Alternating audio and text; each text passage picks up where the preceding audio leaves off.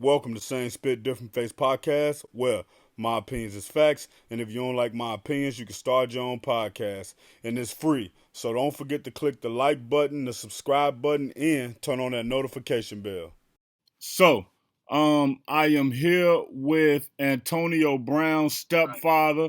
Many would call him his dad since he did raise him from 5 years old, and he was in his life constantly from that point, and everything else I'll basically just let him fill you in on. So I do know that you guys were you were in his life since 5 years old. So how did that kind of happen, and how did everything occur with that, with you basically meeting his mom? Well, his mother and I actually went to school together, and I was actually looking for a part to take one of my stepkids to, and I ran into her. I had no idea that she much had kids, but anyway, at that time I found out that she had 3 boys: Desmond, Antonio, and Eddie. SameSpitDifferentFace her and podcast. I began to kick it, and we became real close, and one thing led to another. We got together, and she was doing a wonderful job as a single mom with the 3 boys. I mean, SameSpitDifferentFace podcast. I couldn't believe it. I just really couldn't believe how disciplined they were and how she had them on point. And so we got together, and from there, we created our family. You know, her and I had a son after that. Podcast. And Antonio used to play, and him and his brother, all of them was really good athletes. And we would go, I would take them to practice every day, pick them up every day. We would train over the summers. I'd take them fishing. We'll go to family reunions.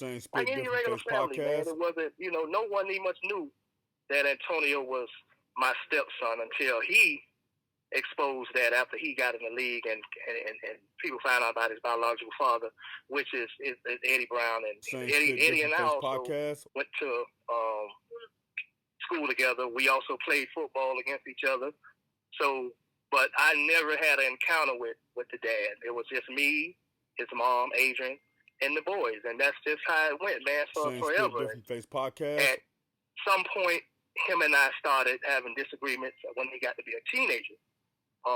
And that's what I was going to ask you. That's the next question I was going to ask you. When did it start to get rocky? Well, he began to be very defiant at about the age of 12. He began, he would run away. His mom was real high on discipline and on grades. And if he got bad grades, she'll get on him real hard. And with all of them, man, I mean, she had a routine she did with them, and the boys was really smart, and that's what she expected him. Tony started trying to go left instead of the way we was trying to get him to go.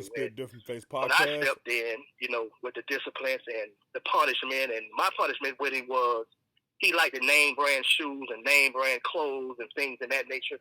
I would take that away from him. I would tell her, like, look, man, we can't keep awarding him for his, and he's not acting the right way. Listen, we don't, every pair of Jordan came out, she would go get it for him. He wouldn't wear, they were Nautica, Tommy, Polo.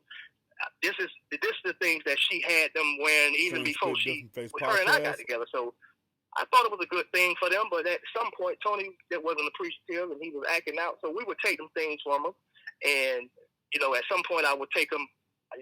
We used to all go get like a Afro cut. SameSpitDifferentFace podcast. Like they used to call it the Craig Mack, and then when he act out, I just go get him a regular low boy or something like that. Just trying to do things to get him to understand that he can't do the things that he was doing and hanging with the people he wanted to hang with. And so one of the biggest things him and I clashed about was he wanted to drive to school. He wasn't already going to school as it was. I mean, he was already skipping class, and I told her, if we give him a car, he gonna never be in school. So he kind of felt like, damn, if I wasn't around, he would be able to do what he wanted to do on his mom. That's pretty much what it was. He felt like Asian will, and at times she would. She had like a soft spot for him, as she do to this day. And he knew that, and he just took advantage of it. And I wasn't brought up like that, so I wouldn't let him do that with me. And it came to a point, man, him and I was so into just fruiting all the time. Same Spit Agent Different say, Face look, podcast. I know he being defiant. I know he's disrespectful, but I'm the only person he got, Larry, besides you. So I can't just throw him away. You know, she didn't know where Rabbit was at. That's what they call his dad. So she Same eventually, we had a townhouse, and we had the house that they live that she live in now that we brought. So Adrian moved out, went to the townhouse, while I stayed in the house with our boys that her and I had biological. Same Spit Different Face podcast. And they was little kids at the time. So now we have to live separate because of him. So I had a problem with that too. You know what I mean? Now all the kids, we living over here and they living over there because he didn't want to, act like a child. So in any event, man, make a long story short, once she was over there with him, she got to see him for herself. And that became a good thing because he went to acting out on her and doing the same thing. So she felt like I was the problem, I guess. That he was acting like that. But then she's starting to see that this just his kid. And that's just what kind of kid he was, man. He just got out of control and you couldn't tell him nothing. And he had this hate for me. And I have no reason to, I don't know, man. My family, my mom, my dad, my brothers, my sisters, my aunts, everybody treated this kid with love, affection. Nobody never mistreated him. So I can't tell you. The only thing I know about him, now him and his mother and I did have a disagreement, like a fight in front of him. This was like when he was probably like 11 years old, but it wasn't nothing physical. So if anything, I can say he could have been mad about that situation. But other than that, it was a normal life for him, man. And he had the best of both worlds because he had two parents in his life that loved him and supported him. I took Tony out of town. I was with Tony when they won. I coached for a park when Cherry. Tony was on the team that won the first national championship there. His mother was pregnant at the time, so she couldn't really travel. I kind of traveled with him. We went to Florida. We went to Universal Studios in Orlando. We traveled all the time. So, me being, I have to go with the bitterness. I'm disappointed that he didn't appreciate things that I did for him. But I'm not bitter because, to be totally honest with you, if you ever talk to his mom, she'll tell you. I told her when he was about 12 years old, if this kid make it, he gonna either do one or two things. He either gonna make or he gonna break this family. I knew that from when he was 12, with the attitude he had, and sure, and here we go. His mother is a hard worker. His mother worked 2 jobs right now. SameSpitDifferentFace podcast. She shouldn't be working on 2 jobs with everything she did for him and everything she put on the line for him. But that's between them now. But that's just how I feel. If I'm mad about anything, I'm more personally mad about her because she would give up anything and everything for this kid. And ultimately, she did. Man, that is crazy. So as far as since Buford's suspension has came down, what do you think about that hit he put on AB? Myself personally, now you saying he already had issues when he was younger. Myself personally, I didn't start to see the real change in him until a little while after that hit. What do you think about that? Well, to be totally honest with you, I know Tony personally. I really was surprised that he behaved himself as long as he did in the NFL. But once he started doing what he was doing, I wasn't surprised because I know him personally. I know him. I know his attitude. I know how he thinks. That's just him. I don't think he has no illness. I don't think he has no situation because this been him from 11, 12 years old. His attitude. If it ain't about him, he don't want no part of it. It's either him or nothing, man. So nothing he's doing right now is surprising. I'm surprised that he was able to maintain his attitude and be professional all this time. Well, Actually, he probably didn't. They just wasn't putting him out there. But I was surprised. I wasn't surprised once it started coming out, because that's just how he is. Yeah, that's one thing. I don't think that he give enough credit to the people who was in his life, who helped him to get where he at. He has an uncle that's lived here that is paralyzed, that used to be with him every step of the way. I mean, wouldn't miss a game.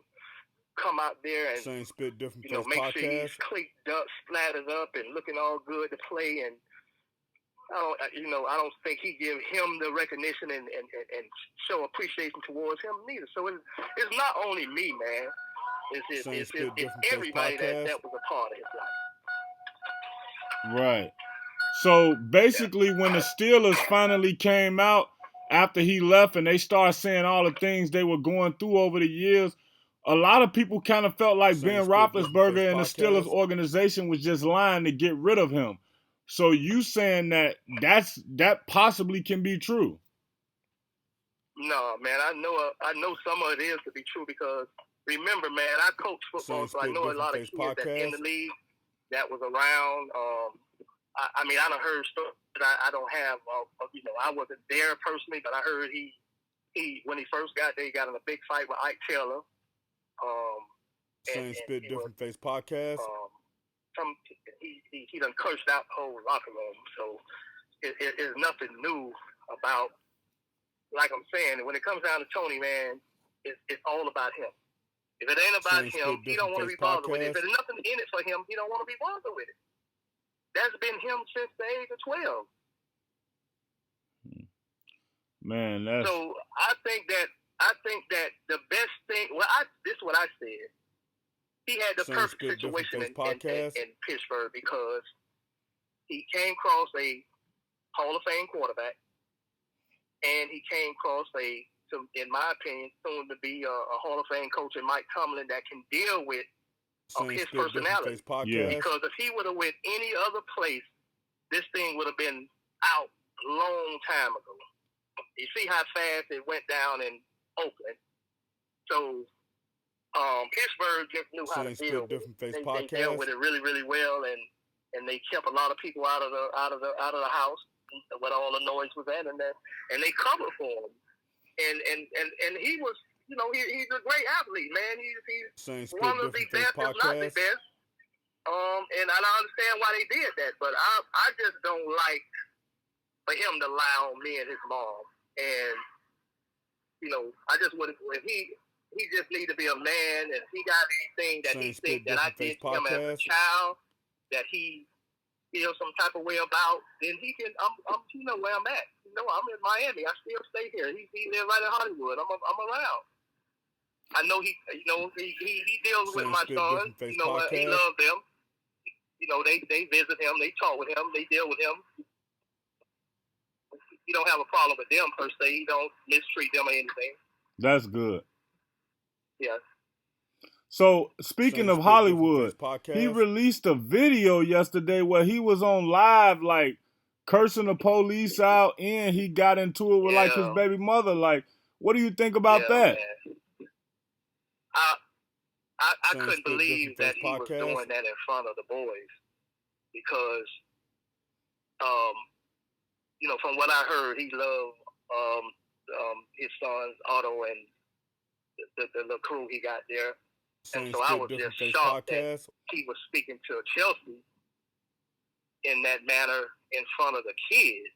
He put this thing out about me bruising his mom and bruising her and bruising them as kids, and you would think, okay, I grew up like that, which he didn't. But he, on social media, calling his baby mama a fish head and a cracker hole or whatever he was saying, man. I just couldn't believe it. I couldn't believe it. Even though I know he how he is, I just thought he wouldn't be that particular way in front of the boys, because I had heard that he really, really loves them little fellas right there. So that kind of shocked me, to be honest with you. So I know you haven't been around like that, but like you say, people who've been around, and I'm sure you still speak with his mom.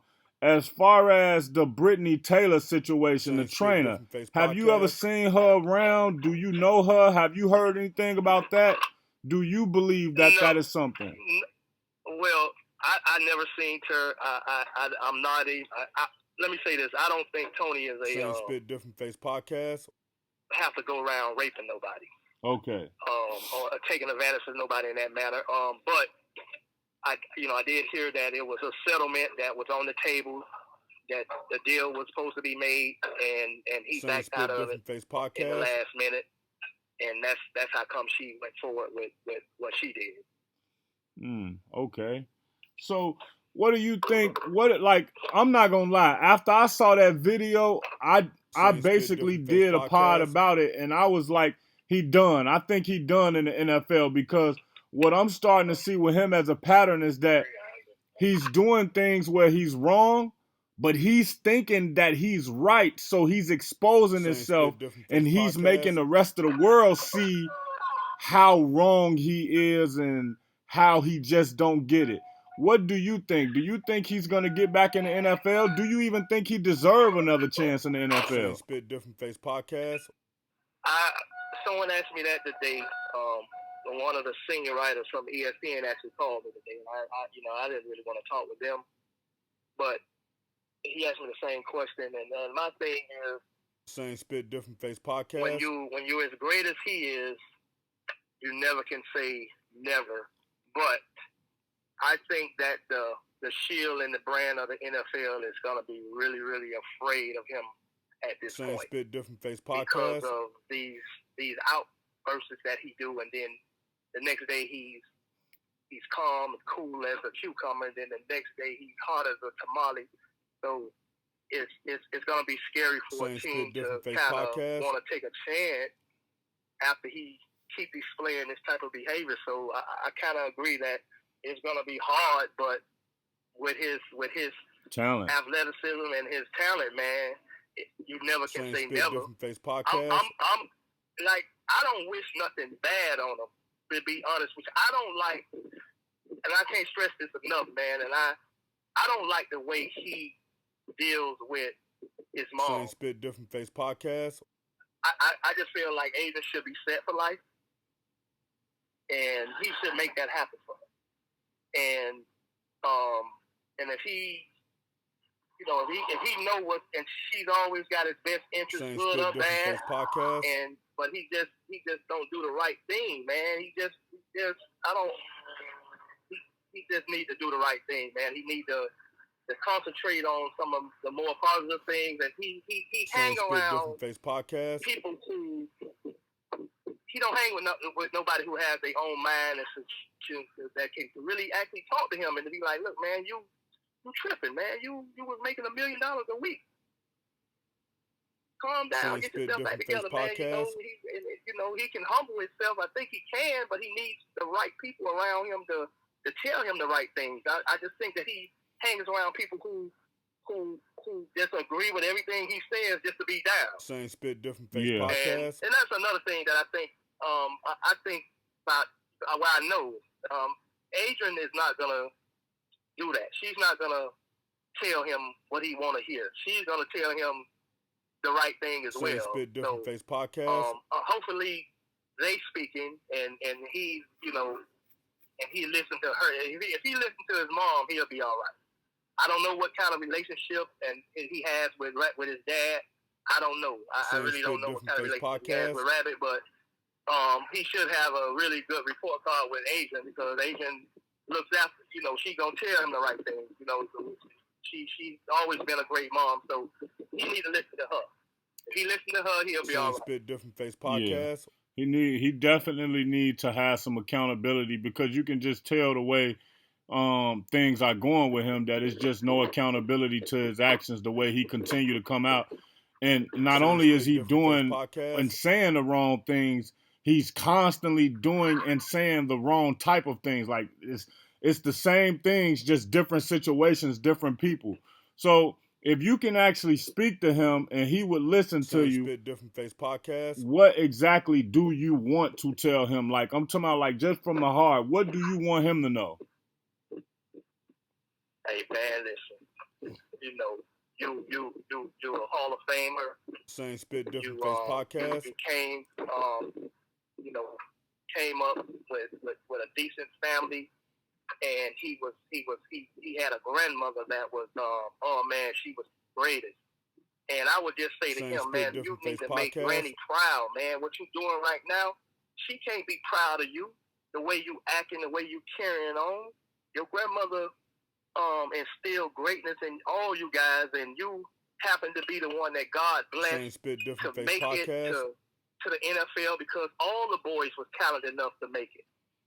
And he was the one that God chose to, man, God chose you. And just, do the right thing. Stop SameSpitDifferentFace podcast. Thinking that you have to be the center of attention all the time, man. Just calm down, get your life back in order so you can get back in the NFL, man, and retire and become a Hall of Famer, man. And take care of your mom. Podcast. That's what I want to tell him. Definitely, man.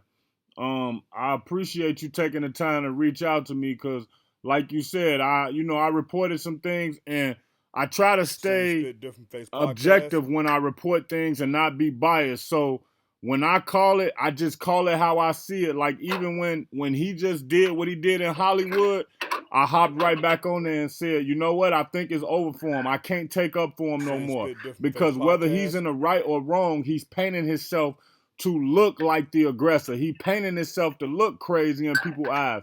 So it's hard to take up for somebody. It's like a situation if you have a best friend, and your best friend, he come to your house and he pick up $1 and leave. Then he come back, he pick up $5, and you study telling your mama he don't steal, he a good person. Right, and then he come back and take the TV and leave with the TV. You can't justify that. Yeah, man. He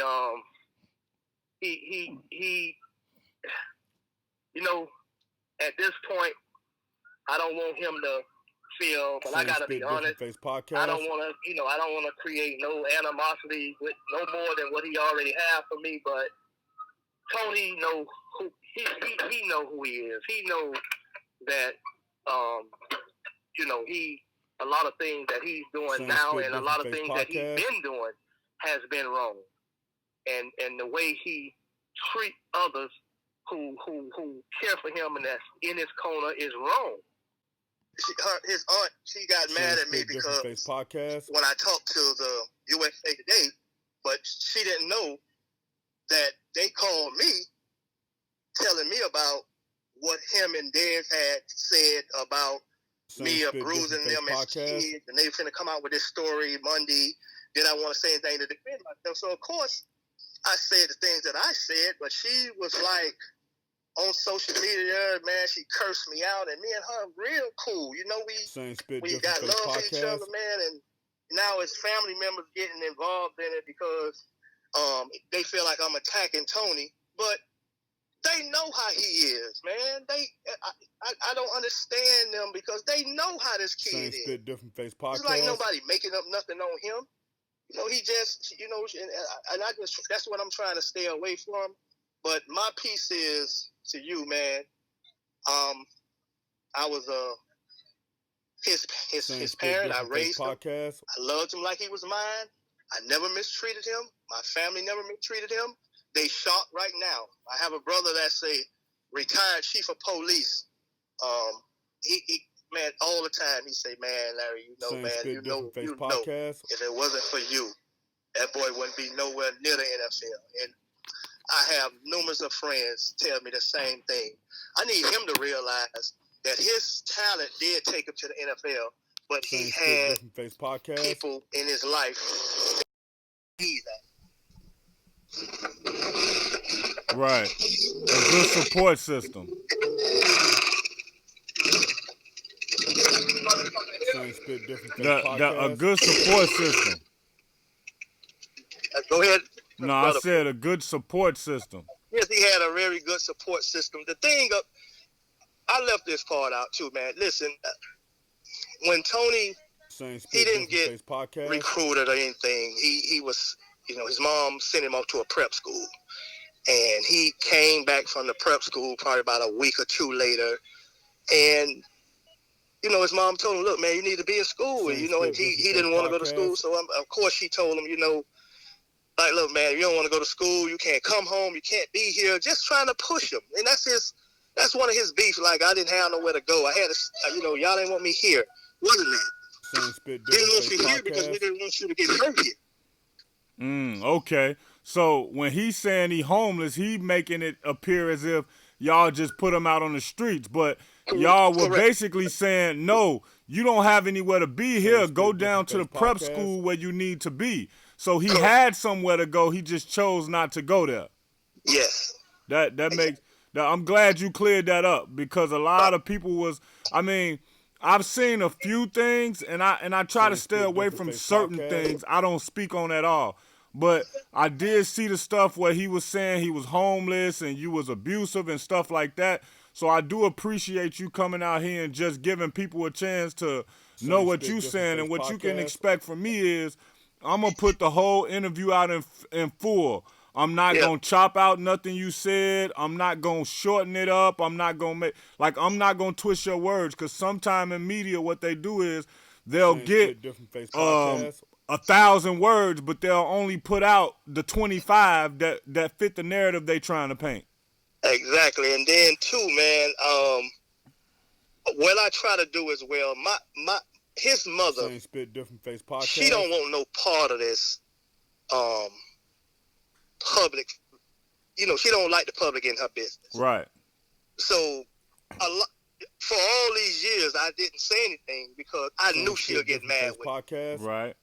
And when she get mad, she uses the kids. You understand what I'm saying? Yeah. So, but at this point, it doesn't matter because my kids are grown now. Right. And we do have a daughter, you know, that's only 9, but that'll work itself out as well. But man, let me tell you something, man. It got so bad with Antonio. Well, I just woke up one morning and I just said, I can't do this no more, man. I just left home. I waited till Adrian left with the boys, and I packed up a few of my things and I moved out. And I was gone for probably a year and a half. I moved to Broward and left them in the house, the same house she's in now. I tell you no lie, man. My neighbor called me. He said, Larry, I see y'all selling the house. I said, what house? He said, the house. I said, no, I'm not selling the house. He said, well, it's a for sale sign in the yard. And the lady, the realtor is there. I told him, I was in Brown. I said, well, tell her to wait there for me. I'm on my way. When I got to my house, the house was totally empty, man. Totally empty. No furniture, no nothing. I had no idea that Adrian had moved out the house. So the neighbor come over and he explained to me that basically Tony carried on so bad till Adrian just left the house. Now the house is in foreclosure. SameSpitDifferentFace podcast. I called the bank. I had a brand new Chrysler 300, man. I sold my damn car to CarMax to save my house so my kids can have somewhere to stay.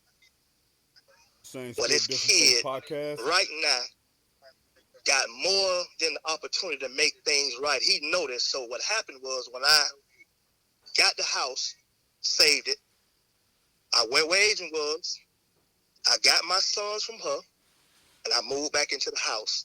A week later, Desmond, which is Tony's little brother, he came to the house. He said, Dad, I can move back home? I said, no problem. I said, Dad, but come back next week. I'm going to go get you a bedroom set. I bought him a bedroom set. He moved back home. The oldest boy, Eddie, was at college at the time. When he came back home, I had to refurnish the house. He came home. Tony came a week or so later, and he said, asked me, told me him and his mom wasn't getting along. He didn't know that. The people already told me how he had tons of kids out there shooting dice in front of the house. I'm telling you, this is a very nice neighborhood we're talking about.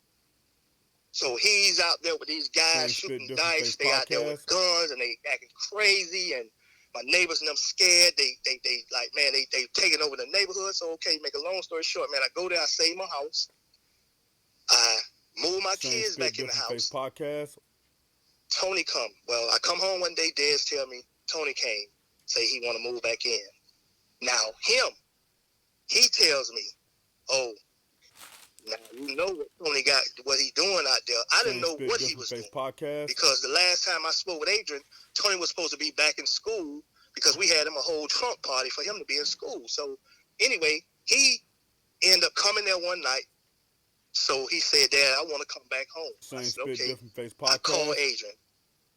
She can be mad if she want to. I said, Adrian, Tony came here.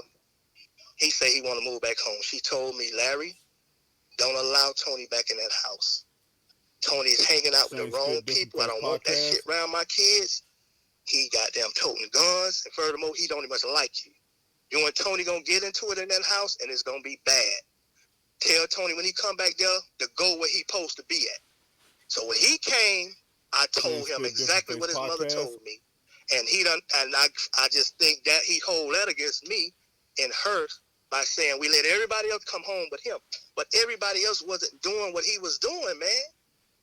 SameSpitDifferentFace podcast. And we made a good decision to get him from down here, and that's why he's where he's at now. So it's a whole lot to this story that people will never even much know about. SameSpitDifferentFace podcast. But that's another piece that, that a lot of people don't know, man. It's just, we could have been out of a home. The same home that I gave her after we got a divorce, that home was in foreclosure because she messing around with him. And that's the truth, man. Ain't no sugarcoating, ain't no lie about that. And I'm just glad you was able to give your piece and get everything off your chest. And like I say, I'll be putting this video out in full. I'll put everything out so people can have two sides to the story, Correct. Yeah, man. That's all I want. I just want the truth, man. I ain't trying to make no money or get no accolades off of him or anything. We had a very rough time raising Tony, man. He was a problem, and his mother know that. Podcast. So he got this thing where he's the victim and he was put out and nobody and he had to sleep with it. That's bull crap, man. That none of that actually happened in that order. He wanted to be in the streets. He wanted to do the things he was doing, and we just thank God that he decided to get from down here and turn his life around, man, because he had done got shot at. Matter of fact, bullet grazed his ear, and his mother just wanted him, because I had done pretty much washed my hands with him. And she called me, especially when the stuff happened with the house situation. But she called me, she said, look, Larry, man, I ain't got nobody else to help me with him. Please help me get this boy out of here. We had him a whole party. I barbecued, I cooked, sucked all that shit in, and had him a whole big trunk party, invited everybody over before he went off to school. Ended up giving him a car that I had. I let him have the car. SameSpitDifferentFace podcast. And this the repay. This the repay, man. Right. What happened at work? Well, everybody have your side of the story now, man. So I appreciate you. I appreciate you giving me this opportunity to interview you. If you have anything else that you want to say, you'll be able to just reach out to me and let me know, and we can go accordingly. No problem, man. Thank you very much, man. And like I say, I'm gonna give you some avenues. You'll just see the text come through, and you can follow up from there. All right, thank you. Appreciate it. SameSpitDifferentFace podcast. All right, peace.